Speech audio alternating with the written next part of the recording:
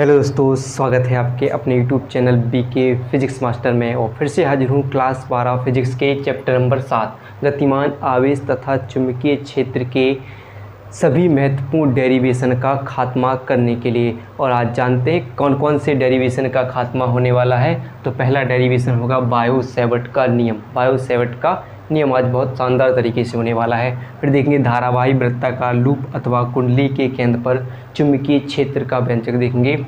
और फिर देखेंगे एम्पियर का परिपथीय नियम। और फिर देखेंगे दो समांतर धारावाही तारों के बीच लगने वाले बल का व्यंजक। और इससे पहले वाली वीडियो आपने नहीं देखी हो तो जल्दी से जाइए, डिस्क्रिप्शन में या आई बटन में उसका लिंक दिया होगा, उससे जाकर यानी उन वीडियो को जाकर आप देख लीजिएगा। तो आज हम जानेंगे पहला बायो-सैवर्ट का नियम। तो वीडियो को पूरा जरूर देखिएगा, पसंद आए तो लाइक और हमारे चैनल को सब्सक्राइब करना ना भूलिएगा। इस चैनल पर क्लास 12 फिजिक्स यूपी बोर्ड 2024 की बेहतर तैयारी कराई जाती है। तो चलिए स्टार्ट करते हैं और देखते हैं पहला नियम जो बायो-सैवर्ट का नियम है, यानी पहली डेरिवेशन देखने वाले हैं। चलिए तो देख लेते हैं बायो-सैवर्ट का नियम, जो कि पहली डेरिवेशन होगी हमारी। तो बायो-सैवर्ट का नियम क्या है, तो किस पर आधारित है, तो किसी धारावाही चालक के कारण उत्पन्न चुंबकीय क्षेत्र पर आधारित है बायो-सैवर्ट का नियम। तो क्या होता है, कोई धारावाही चालक के कारण उत्पन्न चुंबकीय क्षेत्र होता क्या है, तो ऑर्स्टेड ने सबसे पहले प्रयोग किया था। उन्होंने क्या बताया था कि मान लीजिए कोई एक धारावाही चालक यानी तार है, इसमें आई धारा प्रवाहित की जाती है, कोई चालक तार में आई धारा प्रवाहित की जाती है तो उसके चारों ओर चुंबकीय क्षेत्र उत्पन्न हो जाता है। ये किसने बताया था, ऑर्स्टेड ने बताया था। इसी प्रयोग को बायो-सैवर्ट ने किसे चुंबकीय क्षेत्र की तीव्रता के व्यंजक ज्ञात करने के लिए प्रयोग किया। क्या किसके लिए, चुंबकीय क्षेत्र की तीव्रता का व्यंजक ज्ञात करने के लिए बायो-सैवर्ट ने इसका प्रयोग किया। तो उन्होंने क्या बताया, बायो-सैवर्ट का नियम क्या था कि मान लीजिए कोई एक चालक तार है, नाम दे देते हैं इसे ए व बी, कोई चालक तार है, ठीक है, ए व बी कोई चालक तार है। इसमें आई धारा प्रवाहित हो रही है। क्या प्रवाहित हो रही है, आई धारा प्रवाहित हो रही है। एक चालक तार है और इसमें आई धारा प्रवाहित हो रही है, ठीक है। तो इसके किसी एक भाग पर कहीं किसी भी छोटा सा भाग ले लेते हैं, जिसका खंड ले लेते हैं, जिसको मानते हैं डेल्टा एल। इसके किसी भी जगह पर, किसी भी भाग पर एक छोटा सा खंड ले लेते हैं, डेल्टा एल लंबाई का एक खंड ले लेते हैं। इस डेल्टा एल खंड की लंबाई के मध्य बिंदु ओ से, मान लेते हैं इसका मध्य बिंदु क्या है, ओ है, मध्य बिंदु ओ से आर दूरी पर, क्या मान लेते हैं, मध्य बिंदु ओ से आर दूरी पर थीटा कोण बनाते हुए एक बिंदु पी रखा है। क्या रखा है, एक बिंदु पी रखा है मान लेते हैं। क्या बनाते हैं, क्या माना हमने कि माना, अगर आपको लिखना चाहो तो लिख सकते हो कि माना एक चालक तार ए बी है, ठीक है, माना एक चालक तार ए बी है, ठीक है, जिसमें आई धारा प्रवाहित हो रही है, जिसमें आई धारा प्रवाहित हो रही है, ठीक है, आई धारा प्रवाहित हो रही है। तो चालक के किसी भाग पर एक छोटा सा खंड डेल्टा एल लेते हैं। तो चालक के किसी भाग पर छोटा खंड डेल्टा एल लेते हैं, ठीक है, लेते हैं, जिसके मध्य बिंदु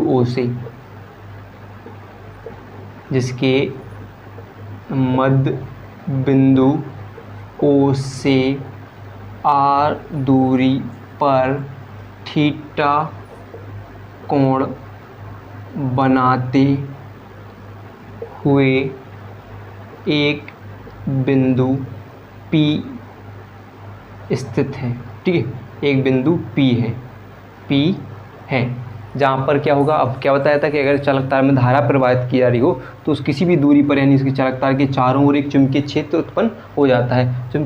तो क्या है, बनाते हुए एक बिंदु पी है, जहाँ पर चुंबकीय क्षेत्र,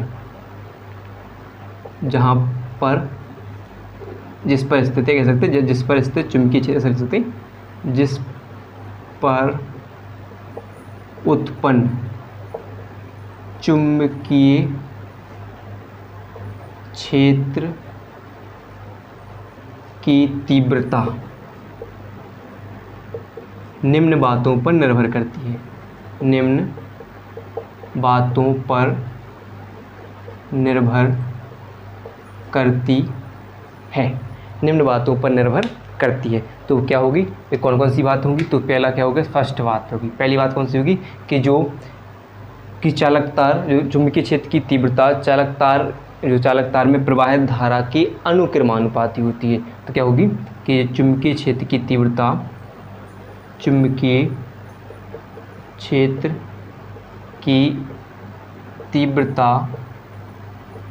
चालक में प्रवाहित धारा के अनुक्रमानुपाती होती है। ठीक है, क्या होती है, चालक में प्रवाहित धारा के क्या होता है, अनुक्रमानुपाती होती है। यानी जो डेल्टा बी होगा किससे प्रदर्शित करेंगे चुंबकीय क्षेत्र को, तो डेल्टा बी से हम प्रदर्शित करेंगे। तो डेल्टा बी अनुक्रमानुपाती होगा किसके, धारा आई की। ठीक है, फिर दूसरी बात होगी कि जो चालक खंड जो क्या है, देखिए चालक तार में चालक खंड लिया था हमने कि डेल्टा एल लंबाई के अनुक्रमानुपाती होता। तो चुंबकीय क्षेत्र लिख देंगे चालक खंड, सीधा लिख देते हैं चालक खंड डेल्टा एल लंबाई के अनुक्रमानुपाती होता है। तो कैसे लिख देंगे कि जो डेल्टा बी अनुक्रमानुपाती होगा डेल्टा एल के।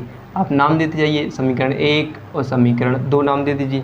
फिर देखिए फिर क्या होगा कि फिर जो डेल्टा बी होगा, जो चुंबकीय क्षेत्र की तीव्रता होगी वो किसके अनुक्रमानुपाती होगी, उसके चालक तार की जो मध्य बिंदु P पर जो कोण बना रहे कि बिल्कुल थीटा कोण बनाते हैं। तो क्या होगा, थीटा कोण जो बन रहा है वहाँ उसके अनुक्रमानुपाती होगी।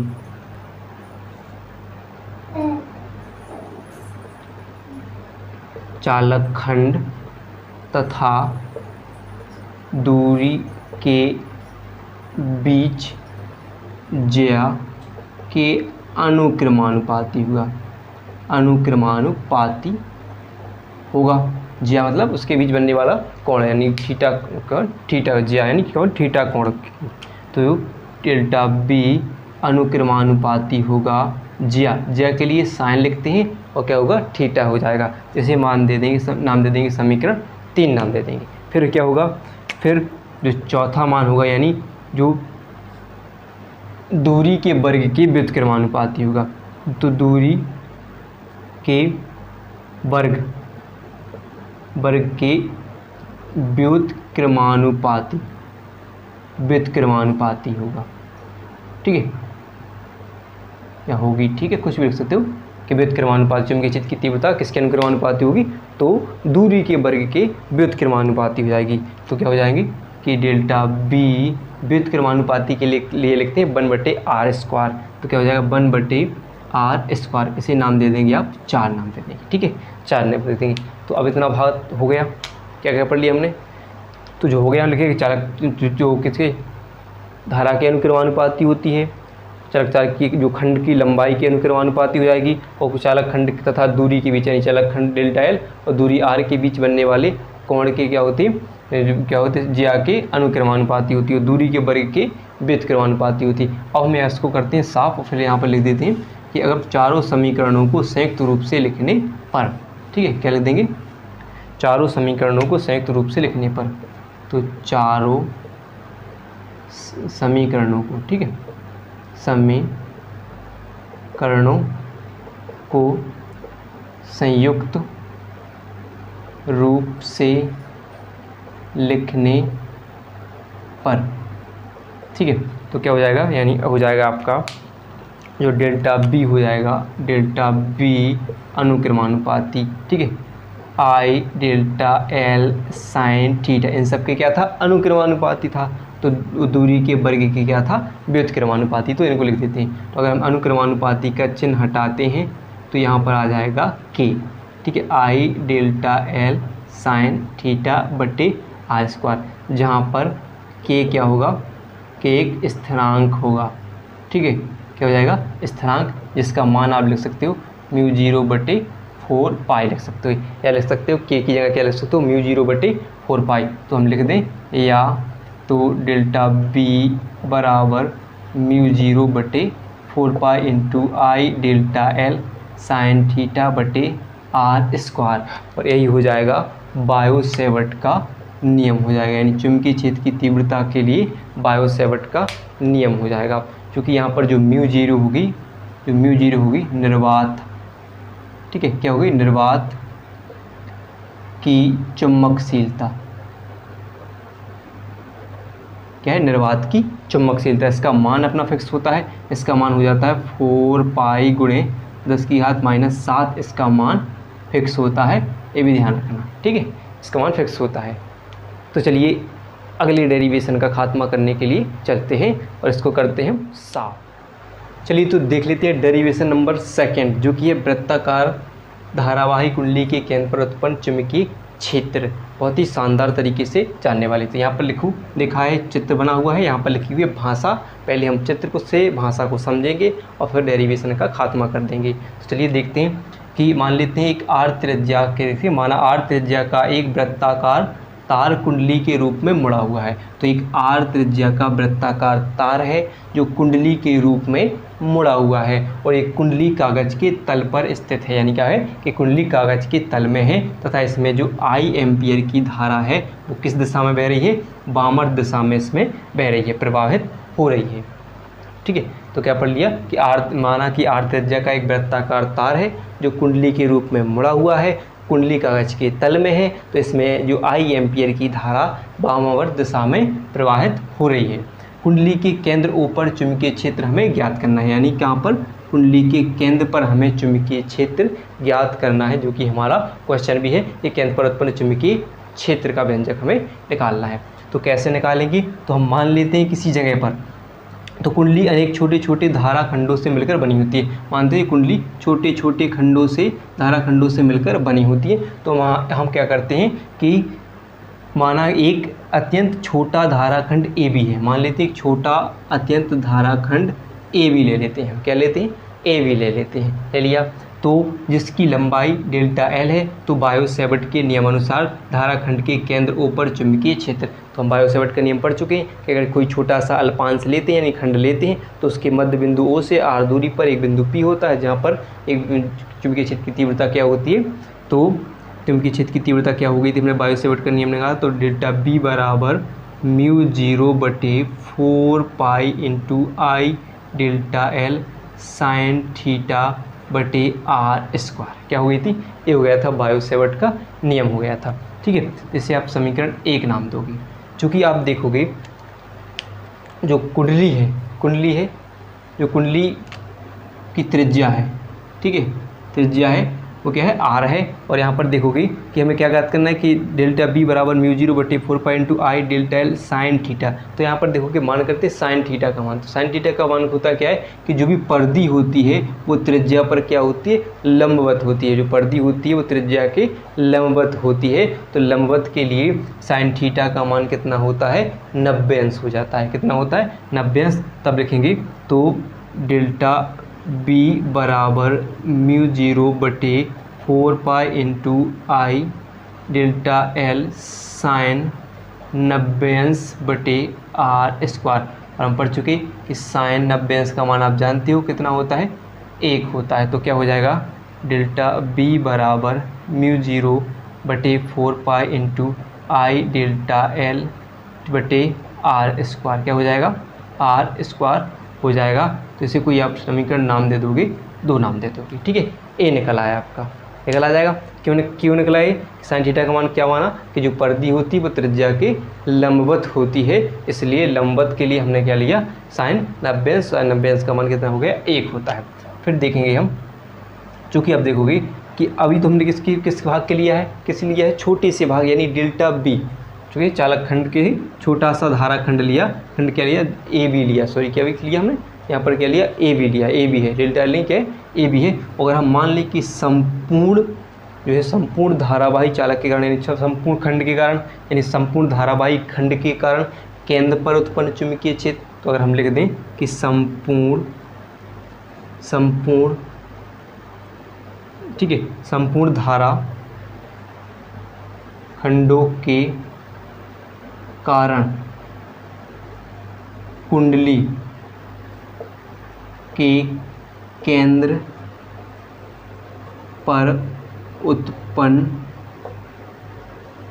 चुंबकीय क्षेत्र, संपूर्ण करें तो संपूर्ण के लिए क्या हो जाएगा, मान लेते हैं आपका, तो हो जाएगा बी, क्या हो जाएगा, संपूर्ण के लिए हो जाएगा बी बराबर सिग्मा डेल्टा बी हो जाएगा। और ये सिग्मा किसके लिए बात कर रहा है, इस संपूर्ण कुंडली के किसके लिए, संपूर्ण कुंडली के चुंबकीय क्षेत्र के लिए क्या हो जाएगा, इसके लिए संपूर्ण के लिए बात होगा। इसके लिए हमें क्या लिखा है, सिग्मा हो जाएगा, सिग्मा डेल्टा बी हो जाएगा। क्योंकि हम देखेंगे कि यहाँ पर देखोगे कि बी बराबर, आपने क्या पढ़ा है, डेल्टा बी बराबर क्या पढ़ा है, म्यू 0/4 पाई इंटू आई डेल्टा एल बटे आर स्क्वायर। तो क्या लिख देंगे कि सिग्मा म्यू 0/4 पाई इंटू आई डेल्टा एल बटे आर स्क्वायर। और ये कहाँ से आ गया, समीकरण 2 से, किससे है, समीकरण 2 से आ गया। ठीक है, फिर देखोगे आप कि चूँकि आप देखोगे कि b बराबर म्यू 0/4 पाई को हम बाहर निकाल लेते हैं, म्यू 0/4 पाई को हम बाहर निकाल लेते हैं, इंटू किसके लिए भी निकाल लेते हैं, जो I/R को भी हम आर स्क्वायर को भी बाहर निकाल लेते हैं। चूँकि जो सिग्मा है वह किसके लिए हो जाएगा, delta L, sigma delta L को अलग कर लेते हैं। तो आप देखोगे कि सिग्मा डेल्टा एल बराबर क्या है, जो कुंडली पर जो धारावाही जो कुंडली है वो कुंडली की है परिधि क्या होगी, जो लंबाई होगी, जो डेल्टा एल लंबाई बात हो रही है, जो क्या होगी वो कुंडली पर की क्या होगी, परिधि के बराबर हो जाएगी, यानी वो किसके बराबर होगी, 2 पाई आर होगी, वो क्या होगी, परिधि होगी। तो अब आप लिख सकते हो कि जो b बराबर आप क्या लिखोगे कि म्यू 0/4 पाई इंटू आई आई बटे क्या हो गया था, आर स्क्वायर इंटू, अब डेल्टा सिग्मा डेल्टा एल की जगह क्या लिखोगे अब 2 पाई आर इंटू 2 पाई आर। सो एक आर से एक आर कैंसिल हो जाएगा, 2 पाई से 4 पाई कैंसिल होंगे, तो कितना हो जाएगा, क्या निकल आएगा, b बराबर म्यू 0 बटे क्या बचेगा, 2 पाई से 2 पाई को काटेंगे कितनी बार कटेगा, 2 बार कट जाएगा, और इंटू आई बटे आर स्क्वायर, उसमें से एक आर चला जाएगा तो क्या बचेगा, एक आर बच जाएगा। तो आपका ये निकल आएगा, सूत्र निकल आएगा किसके लिए, कुंडली के केंद्र पर उत्पन्न चुंबकीय क्षेत्र का सूत्र हो जाएगा ठीक है, मात्रक हो जाएगा न्यूटन प्रति एम्पियर मीटर हो जाएगा। ठीक है, तो चलिए तो आप चलते हैं अपनी डेरिवेशन नंबर 3 की तरफ, और इसको आप कर लीजिएगा, स्क्रीनशॉट ले लीजिएगा। चलिए तो तैयार हो जाइए डेरिवेशन नंबर 3 का खात्मा करने के लिए, जो कि है एम्पियर का परिपथीय नियम। बहुत ही शानदार तरीके से बिल्कुल एक बार में समझ में आने वाला है। तो चलिए देखते हैं होता क्या है। तो सबसे पहले जानेंगे एम्पियर का परिपथीय नियम होता क्या है, फिर उसको हम सिद्ध करेंगे, यानी इसको प्रूव करेंगे। ठीक है, तो क्या होता है कि किसी बंद परिपथ की सीमा के अनुदिश, किसी बंद परिपथ की सीमा के अनुदिश चुंबकीय क्षेत्र जो B का रेखीय समाकलन पथ द्वारा घिरी नेट धारा का म्यू 0 गुना होता है। किसका, नेट धारा का म्यू 0 गुना होता है, यानी चुंबकीय क्षेत्र का रेखीय समाकलन, यानी किसके, रेखा के अनुदिश। यानी देखेंगे कि चुंबकीय क्षेत्र रेखीय समाकलन यानी समाकलन B vector into DL vector बराबर क्या होता है, म्यू 0 गुना होता है किसके, धारा के। ये होता है एम्पियर का परिपथीय नियम होता है। तो इसको हमें करना है प्रूव। ठीक है, तो हो गया किसी बंद परिपथ की सीमा के अनुदिश, यानी उसी की दिशा में रेखीय समाकलन की बात की जाए तो चुंबकीय क्षेत्र B का रेखीय समाकलन, तो चुंबकीय क्षेत्र B का रेखीय समाकलन क्या होगा, यानी चुंबकीय क्षेत्र B vector into DL vector बराबर क्या होगा किसके, तो पथ द्वारा घिरी नेट धारा का म्यू 0 गुना होता है। तो चलिए देखते हैं उत्पत्ति की बात कैसे करें। तो माना एक तार की लंबाई XY, एक XY लंबाई का एक तार है जिसमें धारा ऊपर की ओर प्रवाहित हो रही है। जब इसमें धारा प्रवाहित होगी तो इसके चारों ओर एक चुंबकीय क्षेत्र उत्पन्न हो जाएगा। तो देख सकते हैं, तो आई धारा प्रवाहित हो रही है, तो मान तथा आर त्रिज्या का एक वृत्तीय पथ O है, आर त्रिज्या का एक वृत्तीय पथ O है। ठीक है, ओ है केंद्र, जिसका केंद्र ओ तार पर है, जो वृत्त त्रिज्या ओ है और जिसका केंद्र किस पर है, कहाँ पर है, जिसका केंद्र ओ तार पर है और वृत्तीय पथ के किसी बिंदु P पर, तो यहाँ लिखते हैं कि केंद्र O से R दूरी पर एक बिंदु P है, तो क्या होगा, तो बिंदु P पर चुंबकीय क्षेत्र का परिमाण, यानी चुंबकीय क्षेत्र का परिमाण क्या होगा। तो हम अभी हाल पढ़ चुके हैं कि इसमें इससे पहले वाली डेरिवेशन कर किया है हमने कि जो वृत्ताकार धारावाही लूप के केंद्र पर उत्पन्न चुंबकीय क्षेत्र का व्यंजक हमने क्या पढ़ा है कि B बराबर μ0/2 पाई इंटू I/R, क्या पढ़ा है कि B बराबर μ0 इंटू I/R पढ़ा है। ठीक है, इसे नाम दोगे समीकरण 1, ठीक है, 1 हो जाएगा। चूँकि देखिए अब देखिए बात होगी कि ये तो हो गया किसके कारण हो गया कि वृत्ताकार धारावाही लूप के केंद्र पर उत्पन्न चुंबकीय क्षेत्र का व्यंजक हो गया। अब बात करते हैं कि जो चुंबकीय क्षेत्र में रेखा किस, ऐसे हमने पढ़ा कि किसी बंद परिपथ की अनुदिश चुंबकीय क्षेत्र B का रेखीय समाकलन। तो फिर देखते हैं कि जो बंद परिपथ है तो इस बिंदु पर चुंबकीय क्षेत्र B का रेखीय समाकलन देखते हैं। तो क्या लिख देंगे कि जो चुंबकीय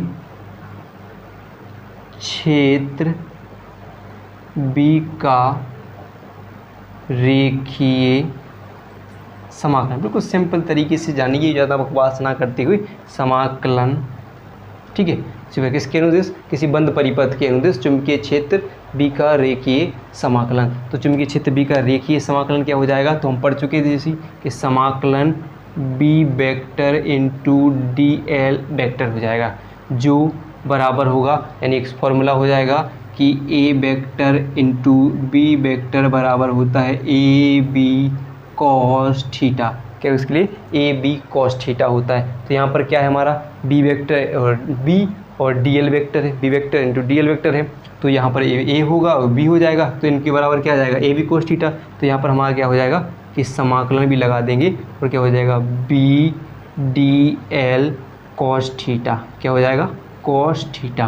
क्योंकि अब बात देखिए कि कहाँ पर हो जाए अनुदिश, अनुदिश मतलब समांतर, उसी की दिशा में चल रहा है, किसकी दिशा में चल रहा है, प्लस दिशा में। तो अनुदिश के लिए क्या हो जाएगा कॉस थीटा बराबर क्या हो जाएगा 0 अंश, क्या हो जाएगा 0 अंश होगा, और 0 अंश का मान क्या होता है 1 होता है। तो यहाँ पर हम कॉस की जगह क्या लिख दें, तो समाकलन B vector into DL vector बराबर हो जाएगा समाकलन और क्या हो जाएगा BDL कॉस थीटा, हट जाएगा नहीं।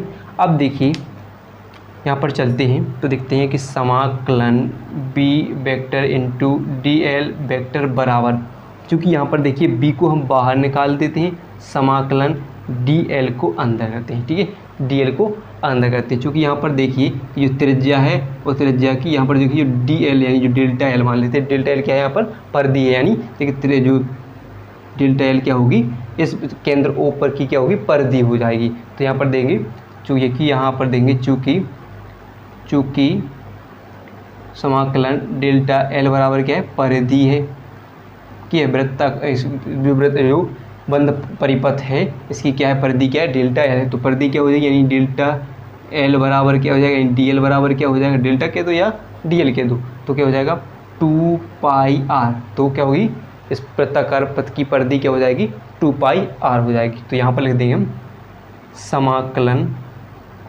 B vector into DL vector बराबर। अब देखो कि समीकरण 1 से हम B का मान यहाँ पर रख दें तो क्या हो जाए μ0/2 पाई R इंटू I, ठीक है, यहाँ पर μ0 I/2 पाई R, और यहाँ पर देखिए और फिर जो हमने समाकलन डेल्टा L बराबर क्या पड़ा 2 पाई R, तो गुणा कर दें 2 पाई R, तो 2 पाई R से 2 पाई R हो जाएगा कैंसिल। तो क्या बचेगा आपका समाकलन B vector into DL vector बराबर μ0 इंटू I, और यही हो गया हमारा एम्पियर का परिपथीय नियम इति सिद्धम। चलिए तो नेक्स्ट डेरिवेशन की तरफ चलते हैं, इसे करते हैं। चलिए तो देख लेते हैं डेरिवेशन नंबर 4, जो कि है दो समांतर धारावाही तारों के बीच चुंबकीय बल का व्यंजक। तो सबसे पहले कुछ नॉर्मल बात जानते हैं, छोटी सी बात जानते हैं कि हमने अभी क्या पढ़ा था। सबसे पहला क्वेश्चन ऑस्टेट का प्रयोग के बारे में बताया था, पहले क्वेश्चन है बायो-सैवर्ट के नियम में कि जब किसी चालक तार में धारा प्रवाहित की जाती है तो उसके चारों ओर चुंबकीय, मान लीजिए चालक तार है जिसमें धारा प्रवाहित करती है, उसके चारों ओर चुंबकीय क्षेत्र उत्पन्न हो जाता है। तो इसमें भी वही बात होगी कि मान लीजिए हमने दो तार रखे हैं, किसी एक चालक तार में धारा प्रवाहित की तो इसके चारों ओर एक चुंबकीय क्षेत्र उत्पन्न हो जाएगा। इसके चारों ओर चुंबकीय क्षेत्र उत्पन्न होने के कारण इसके पास रखे दूसरे तार पर एक बल अनुभव करें, यानी क्या करेगा, इसके पास यहाँ पर मान लीजिए लाइट आ गई, से चुम्बक है, मान लीजिए एक चुम्बक रखी है, एक यहाँ पर चुम्बक और यहाँ पर कोई लोहा है, और हम क्या करें, इस चुम्बक को यहाँ पर इसके पास खिसका दिया तो इसकी ओर खिसकती जाएगी, यानी बल लगेगा और ये अपनी ओर आकर्षित करने का कार्य करेगी, खींचेगी अपनी ओर, इन दोनों के बीच बल लगेगा। तो ऐसे ही समय यहाँ होगा कि अगर इस पर चुंबकीय क्षेत्र क्या होते हैं, इसमें धारा प्रवाहित की जाती है, तो इस पर अगर चुंबकीय क्षेत्र उत्पन्न होता है तो उसके पास रखे दूसरे तार पर एक बल का क्या होगा, अनुभव करेगा, यानी उस पर एक बल कार्य करने लगेगा, उस पर बल अपनी ओर खींचने का कार्य करेगा। तो इससे हम ऐसी वही भाषा लिख रहे हैं कि मान लेते हैं कि माना कि तार PQ तथा RS हैं, दो तार हैं, एक PQ और एक RS हैं, जो कागज़ के तल में है, मान लीजिए कोई कागज़ के तल पर स्थित हैं। इनमें धारा I1 व I2 धारा बह रही हैं, ठीक है, एम्पेयर की धारा हैं। इनके बीच की दूरी R मीटर है, जो एक दूसरे से कितनी मीटर दूरी पर रखे हुए हैं, R मीटर की दूरी पर रखे हुए हैं। PQ की धारा के कारण RS के किसी बिंदु पर चुंबकीय क्षेत्र, अब देखिए हमने क्या बताया कि मान लीजिए हमने क्या कि PQ में I1 धारा प्रवाहित की, जिसके कारण RS पर उत्पन्न किसी बिंदु पर उत्पन्न चुंबकीय क्षेत्र मान लेते, इसे मान लेते B1 मान लेते, क्या मान लेते, B1 मान लेते हैं। किसके कारण हुआ कि धारा I1 के कारण, तो इस पर चुंबकीय क्षेत्र उत्पन्न क्या हुआ, B1 उत्पन्न हुआ। तो हम लिख देंगे कि सूत्र क्या हो जाएगा चुंबकीय क्षेत्र के लिए, तो B बराबर μ0/4 पाई इंटू धारा किसकी, I1, धारा कौन सी होगी, पहले के लिए है तो धारा I1/R हो जाएगी, और इसे मान लेंगे हम समीकरण 1 मान लेंगे, ठीक है। अब मान लेंगे, अब चूंकि बात हुई कि अब इसमें धारा प्रवाहित की तो इसके चारों ओर चुंबकीय क्षेत्र उत्पन्न हुआ, तो मान लीजिए चुंबकीय क्षेत्र इस पर उत्पन्न हो गया, तो क्या हो जाएगा, इस पर बल भी अनुभव करेगा। और बल कैसा होगा, मान लीजिए कैसा बल होगा, अगर धारा एक ही दिशा में धारा बह रही हो तो एक दूसरे को आकर्षित करेंगे, तो इन पर कौन सा आकर्षण बल लगेगा, एक ही दिशा में अगर धारा बह रही हो, अगर तो यहाँ पर देखिए धारा हम I1 I2 एक ही दिशा में जा रही हूँ, तब बल क्या है, समान दिशा में। अगर धारा I1 I2 मान लीजिए धारा I1 ऊपर की तरफ और ये नीचे की तरफ जा रही होती, तो एक दूसरे पर क्या करते, ये प्रतिकर्षित करती। कौन सा बल लगता है इन पर, प्रतिकर्षण बल लगता। तो अभी कौन सा बल लग रहा है, आकर्षण बल लग रहा है। तो अब किसके कारण होगा कि PQ के कारण RS पर लगने वाला बल, यानी RS, ठीक है। तो क्या होगा कि चालक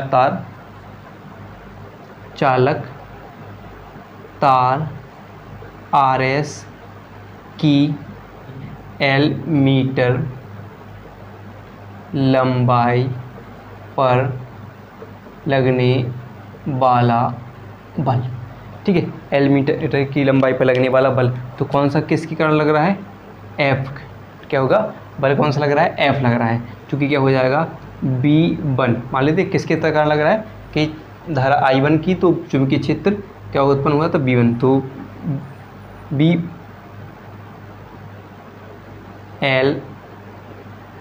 क्या होगा, सूत्र क्या हो जाएगा, IBL साइन थीटा होता है, क्या होता है, IBL साइन थीटा होता है कि चालक तार L लंबाई के किसी चालक तार पर लगने वाले बल का सूत्र क्या होता है, तो किसी धारावाही चालक पर लगने वाले बल का व्यंजक होता है F बराबर IBL साइन थीटा। चूँकि धारा क्या है, I1 है, चुंबकीय क्षेत्र क्या है, B1 है, और लंबाई क्या होगी, L लंबाई का चालक तार है, और कोण होगा साइन थीटा हो जाएगा। चूँकि इसके बाद होगी कि जो धारा होगी वो किसके लंबवत दिशा में जाएगी, कैसे जा रही है, ऊपर की लंबवत दिशा में जा रही है, तो थीटा का मान यानी साइन थीटा बराबर क्या हो जाएगा 90 और रख देंगे 1, यानी F बराबर हो जाएगा I1 B1 L sine theta हो जाएगा, ठीक है, ये हो जाएगा। चूँकि यहाँ पर देखिए एक बात होगी क्या है कि धारा यहाँ पर देखोगे कि कितनी बह रही है, इस पर जो बल लग रहा है तो उस पर धारा क्या है, I2 है, तो क्या लिखते हैं कि धारा I2 बहेगी, ठीक है, क्या होगी, धारा I2 रहेगी। तो अब देखिए आप क्या बचा, साइन 90 हो जाएगा, और 90 का मान कितना हो गया, 1 लिखेंगे, तो यानी यह हो जाएगा F बराबर I2 B1 L, और यहाँ पर 1 का मान, साइन 90 का मान कितना हो जाता है 1, तो 1 को हम लिखेंगे नहीं, चूँकि इतना हो जाएगा। अब देखोगे कि अगर आप क्या करोगे, समीकरण 1 से b1 का मान उठाकर यहाँ पर मान लो 2 में रख दोगे, तो क्या लिख दोगे, समीकरण 1 व 2 से, समीकरण 1 व 2 से, तो क्या हो जाएगा, f बराबर क्या हो जाएगा, f बराबर क्या हो जाएगा, आपको रखना है कि b की जगह आपको क्या लिखना है, μ0/4 इंटू क्या हुआ, μ0 सॉरी क्या होता है 2 पाई होता है, यहाँ पर क्या होता है 2 पाई इंटू क्या हो जाएगा I1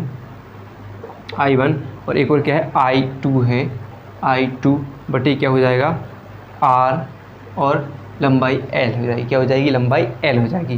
क्योंकि जो L लंबाई है वो कहाँ पर पहुँचा देते हैं, L F के नीचे पहुँचा देते हैं, क्या हो जाएगा F/L हो जाएगा बराबर μ0/2 पाई इंटू I1/R।